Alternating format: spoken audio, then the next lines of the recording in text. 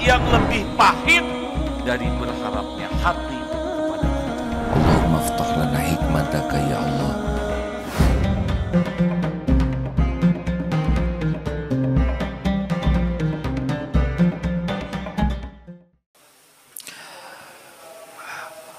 Bismillahirrahmanirrahim. Wal 'asr innal insana lafi khusr illa alladziina amanu wa 'amilus shalihat wa tawasaw bil haqq wa tawasaw bis sabr. Semoga Allah yang mengatur pertemuan ini terjadi. Dengan karunia Allah kita bisa ibadah, bukan hanya kita hadir tapi benar-benar Allah ridho kepada kita. Tidak ada yang lebih penting dalam hidup ini selain Allah ridho. Hadirin sekalian, Rasulullah SAW pernah ditanya, mengapa Rasulullah diutus ke bumi? Jawaban baginda Rasul simple tapi inti dari kesuksesan dunia akhirat. Beliau bersabda, innama bu'itstu li utammima makarimal akhlaq. Sesungguhnya hamba diutus ke bumi hanyalah untuk menyempurnakan kemuliaan akhlak. Jadi Nabi Muhammad bersimbah keringat, air mata, darah, berjuang siang dan malam, mengerahkan segala daya upaya semata-mata agar manusia ini, umat manusia memiliki akhlakul karimah. Mengapa? Karena bahagia itu hanya ada pada akhlak yang mulia. Mulia itu hanya ada pada akhlakul karimah. Dan selamat itu kalau kita memiliki akhlakul karimah. Masalah terbesar dalam kehidupan adalah masalah akhlak. Silahkan simak semua berita, pasti yang bermasalah itu karena akhlaknya buruk. Apa keutamaan akhlakul karimah? Suatu saat ditanya, ya Rasul, ayyul mu'minina afdalu? Siapa orang beriman yang paling kuat imannya, yang paling utama imannya? Jawaban Rasulullah, ahsanuhum khuluqa, orang yang paling mulia akhlaknya. Jadi kalau kita ingin tahu siapa orang yang paling benar pemahaman Islamnya, siapa orang yang paling bagus keislamannya, sederhana sekali jawabannya, lihat akhlaknya. Baginda pun Rasulullah bersabda, aku jamin istana di pinggir surga bagi orang yang meninggalkan perdebatan sekalipun dia benar. Aku jamin rumahmu istana di tengah surga bagi orang yang meninggalkan dusta walaupun sedang bergurau. Dan aku jamin rumah istana tertinggi di sorga bagi yang berakhlakul karimah. Semua hadis ini sahih. Bagaimana kalau orang ibadahnya pas-pasan, standar saja? Tapi kalau akhlaknya mulia, maka derajatnya seperti orang yang ahli tahajud dan ahli saum. Walaupun tidak mengerjakan, tapi terkejar oleh kemuliaan akhlak. Timbangan apa yang terberat di akhirat nanti? Salat, saum, haji. Timbangan terberat di akhirat adalah timbangan akhlak. Pertanyaannya, akhlak datang dari mana? Akhlak datang dari hati. Ala inna fil jasadi mudghah, idza saluhat saluhal jasadu kullu wa idza fasadat fasadal jasadu kullu ala wahyal qalbu. Ketahuilah bahwa dalam jasad ini ada sesuatu segumpal daging, kalau dia baik, baik seluruhnya. Kalau dia buruk-buruk seluruhnya, itulah yang dinamakan qalbu. Jadi pendidikan sehebat apapun, kalau tidak pernah mendidik hati nurani, maka tidak akan pernah berhasil menjadi manusia berakhlak. Itulah sebabnya pendidikan agama itu mendidik hati nurani. Karena orang bertakwa itu adalah orang yang berakhlakul karimah, buah dari hati yang baik, qalbun salim.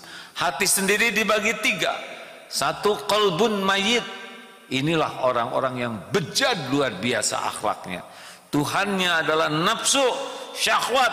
Dia tidak pedulikan benar, halal. Yang dia pedulikan cuma 1, yaitu memuaskan nafsu.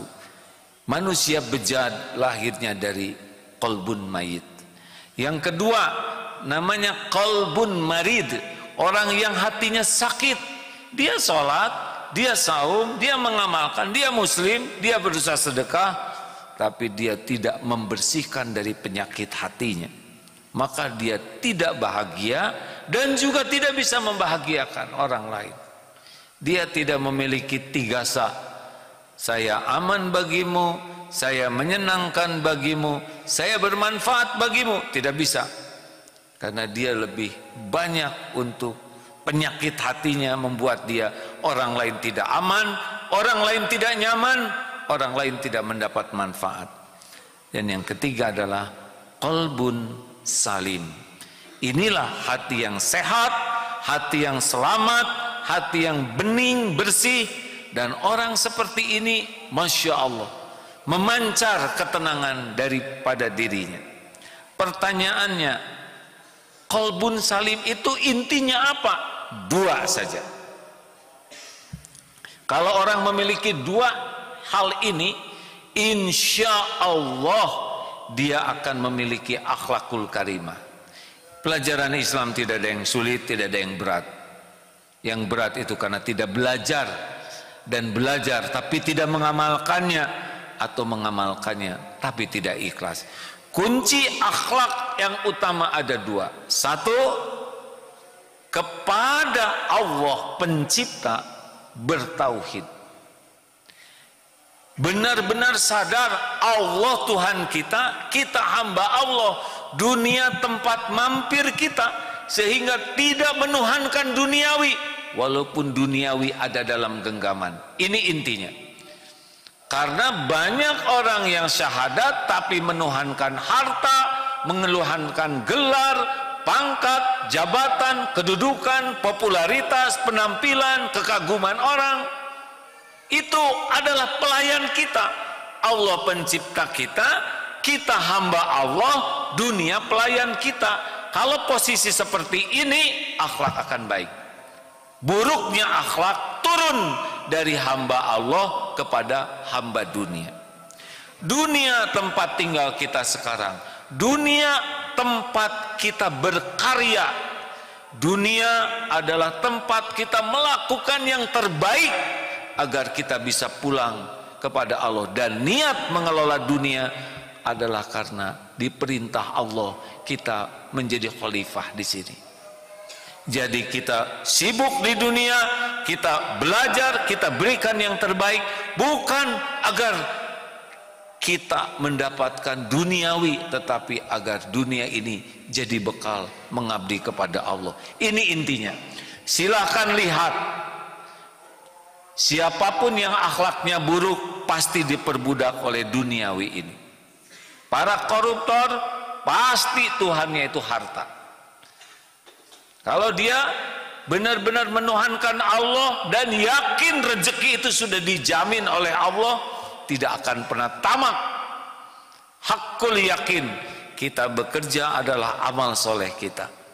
Jadi yang pertama, tanpa belajar tauhid, tanpa belajar mengenal Allah, hampir dapat dipastikan hidupnya diperbudak syahwat, diperbudak keinginan, diperbudak duniawi. Harusnya dunia itu pelayan kita, bukan kita yang menghamba kepada dunia. Dunia, harta, gelar, pangkat, jabatan, kedudukan adalah pelayan kita di dalam mengabdi kepada Allah, bermanfaat bagi makhluk Allah. Dua, syarat yang kedua, orang akan memiliki akhlakul karimah kepada pencipta bertauhid, kepada ciptaan Allah rahmatan lil alamin. Kepada Allah benar-benar la ilaha illallah, tidak menuhankan apapun selain Allah, dan kepada ciptaan Allah melimpah rahmatan lil alamin. Itulah sebabnya di pesantren ini santri seluruhnya wajib 3 sa sebagai perwujudan rahmatan lil alamin. Yang pertama, saya aman bagimu, tidak ganggu orang, tidak merugikan orang dalam skala apapun juga. Al-muslimu man salimal muslimuna min lisanihi wa yadihi. Seorang muslim yang benar-benar berkualitas adalah orang lain aman dari gangguan lisan dan tangannya, perbuatannya. Santri yang tidak bisa menjaga lisan tidak bisa naik kelas walaupun ilmunya tinggi. Kenapa lisan harus dijaga? Tidak akan la yastaqimu imanan abdin, tidak akan istiqomah iman seorang hamba hatta yastaqima qalbu, sebelum hatinya istiqomah. La yastaqimu qalbu hatta yastaqima lisanuhu, dan tidak akan bisa seseorang ini istiqomah kecuali diawali jaga lisan. Dua, saya menyenangkan bagimu. Dilatih supaya hadir kita, kalau tidak bisa memberi manfaat, minimal orang lain senang. Ayyul mu'minin, pernah ditanya kepada Rasul, ahabbun nas, ahabbul a'mal ilallah. Amalan yang paling dicintai Allah adalah memasukkan kebahagiaan ke hati orang lain. Kita hadir, wajah kita, tutur kata kita, raut muka, sikap, orang senang. Ini adalah ciri khas Rasulullah SAW. Tidak ada orang terbebani dengan kehadiran kita. Orang seperti ini karena orang rendah hati. Orang yang tinggi hati, wajah, sikap tidak bisa menyenangkan. Dan yang ketiga, puncaknya akhlak adalah saya bermanfaat bagimu. Khairun nas anfa'uhum linnas. Sebaik-baik manusia, manusia yang paling bermanfaat.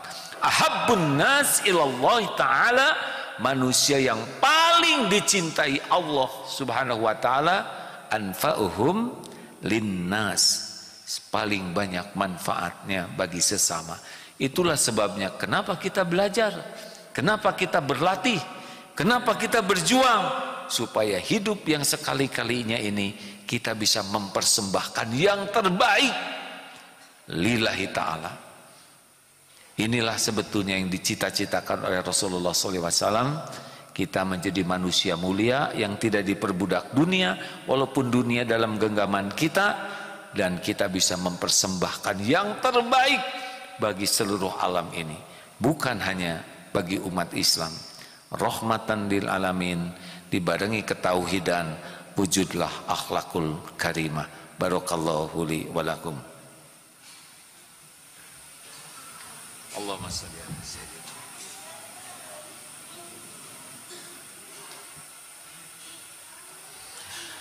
Alhamdulillahi rabbil alamin. Alhamdulillahilladzi anzala sakinah fi qulubil mu'minin liyajdadu imanan ma'a imanihim. Allahumma salli wa sallim wa barik ala sayyidina Muhammad wa ala alihi wa ashabihi ajma'in. Asyhadu alla ilaha illallah wa asyhadu anna Muhammadan abduhu wa rasuluh. Hadirin, sebagai penutup, dari mana kita mulai untuk membangun negeri ini menjadi lebih baik? 3M. Mulailah dari diri sendiri, mulailah dari hal yang kecil, dan mulailah saat ini juga. Kenapa mulai dari diri sendiri? Karena perubahan yang utama adalah keteladanan. Gagalnya semua kebaikan perkataan kita adalah karena kita tidak wujudkan dalam pribadi kita. Yang kedua, kenapa harus dari yang kecil? Tidak ada prestasi besar kecuali rangkaian dari prestasi kecil. Allah melihat apa yang kita lakukan. Allah menyaksikan kita berusaha jadi tauladan. Allah menyaksikan kita melakukan sekecil apapun yang terbaik. Dan Allah menyaksikan kita tidak menunda kebaikan yang bisa kita lakukan. Selebihnya Allah lah yang membesarkan kita. Dalilnya, walladzina jahadu fina lanahdiyannahum subulana wa innallaha lama'al muhsinin. Dan orang yang sungguh-sungguh mencari keridhaan Allah, Allah benar-benar menunjukkan jalan-jalannya. Dan Allah benar-benar bersama orang yang berbuat kebaikan. Jangan pernah risau masa depan kita, tapi risaukanlah saat ini kita tidak melakukan yang terbaik. Kita belum tentu panjang umur, namun bercita-citalah agar kita bisa melakukan yang terbaik. Mulailah 3M, mulailah dari diri sendiri, mulailah dari hal yang kecil dan mulai saat ini. Allahumma sholli ala sayyidina Muhammad wa ala alihi wa ashabihi ajma'in. Allahumma ighfir lil mu'minina wal mu'minat wal muslimina wal muslimat al ahya'i minhum wal amwat. Allahumma a'izzal Islam wal muslimin. Allahumma inna nas'aluka ridhoka wal jannah wa na'udzubika min sakhatika wan nar. Duhai Allah yang Maha menatap, berkahi usia kami ini ya Rabb. Jadikan umur yang tersisa ini benar-benar menjadi hamba yang Engkau cintai. Berikan kesempatan bagi kami ya Allah untuk merasakan nikmatnya iman, nikmatnya amal soleh, nikmatnya membahagiakan orang tua, nikmatnya menjadi hamba yang penuh maslahat. Ya Allah, lahir batin kami adalah milik-Mu. Setiap saat kami dalam genggaman-Mu. Tempatkan kami di tempat terbaik pilihan-Mu ya Allah, yang membuat hidup ini bisa bermanfaat semata-mata karena Engkau.